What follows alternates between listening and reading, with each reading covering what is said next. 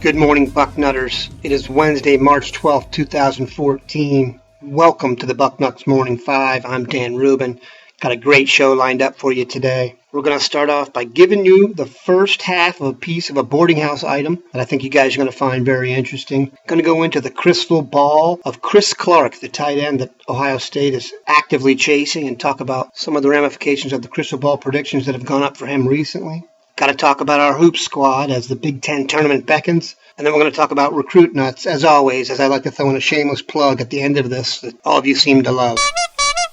Okay, for our first item, we have a source we're very lucky has been privy to practice on multiple occasions. And in a discussion we had yesterday, very interesting, he's very concerned about the split end position.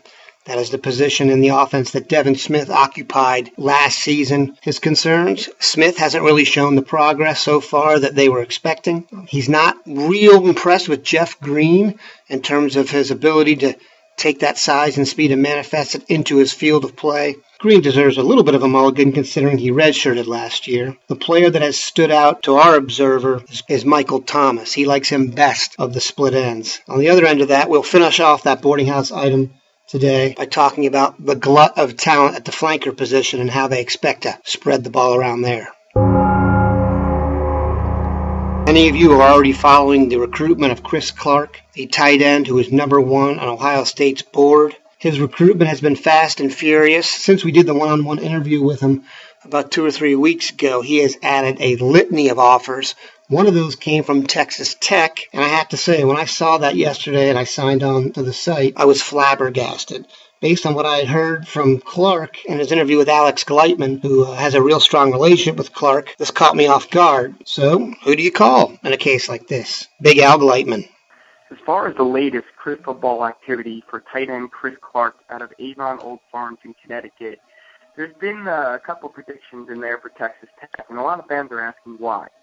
Now, I spoke to Chris Clark over the last couple of days and asked him a little bit about this, and he really has no clue why, other than the fact that he gave an interview with the Texas Tech website in which he talked about potentially playing with their new quarterback commitment, Jarrett Stidham. And obviously, that opportunity definitely excites him. Cliff Kingsbury's a great coach, but by no means, according to Chris, did he give them any indication as to the fact that he was leaning toward Texas Tech. I think at times, Chris is a great kid, a really nice kid, and at times maybe a little bit too nice. Obviously, reporters from Texas Tech are asking him questions about that school. He's not going to sit there and bag on the school. He's only going to say good things naturally.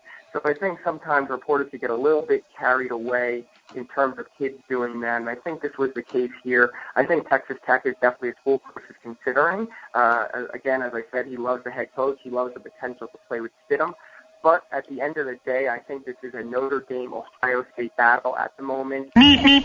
Tomorrow at 2:25, your Ohio State basketball team gets back on the court. They'll face Purdue in the 5-12 matchup of the Big Ten tournament. Purdue is actually a team Ohio State has handled pretty easily this year, winning at Purdue 78-69 on December 31st, and then taking care of them 67-49 when they played in Columbus. If you look at the draw, I think Ohio State actually did really well. I see them at least going to the semifinals because a win here will put them up against Nebraska. And my feeling is Nebraska has had a great year. I do think Cinderella's slipper is about to fall off there. So I'm real positive about the Buckeyes. I know there has been some negativity surrounding the team, and watching their game certainly leads to that. They have these fits on offense where they just cannot score, but I think the win against Michigan State is certain to be a confidence builder. I really like the fact that they forced the ball to LaQuinton Ross. I'm not a fan of the 4 or 5 shots Ross takes per game that look just ridiculous, but I really also think he's the only player in the team that has go-to scoring ability, and you're just going to have to keep going to him and live with the inefficiencies in his game, and I think that worked to the tune of 22 points against Michigan State, so I'm optimistic about the Buckeyes heading into the tournament. Recruitnuts.com. You got to get over there and check it out. It's free to enter. There's a prize at the end. Real interesting part now is you can compete against the staff,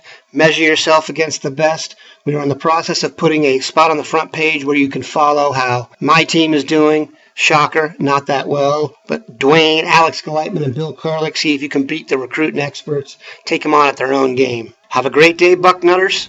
Keep it glued to the site all day for any breaking news. Get over to the front row and chat with your people. We'll see ya.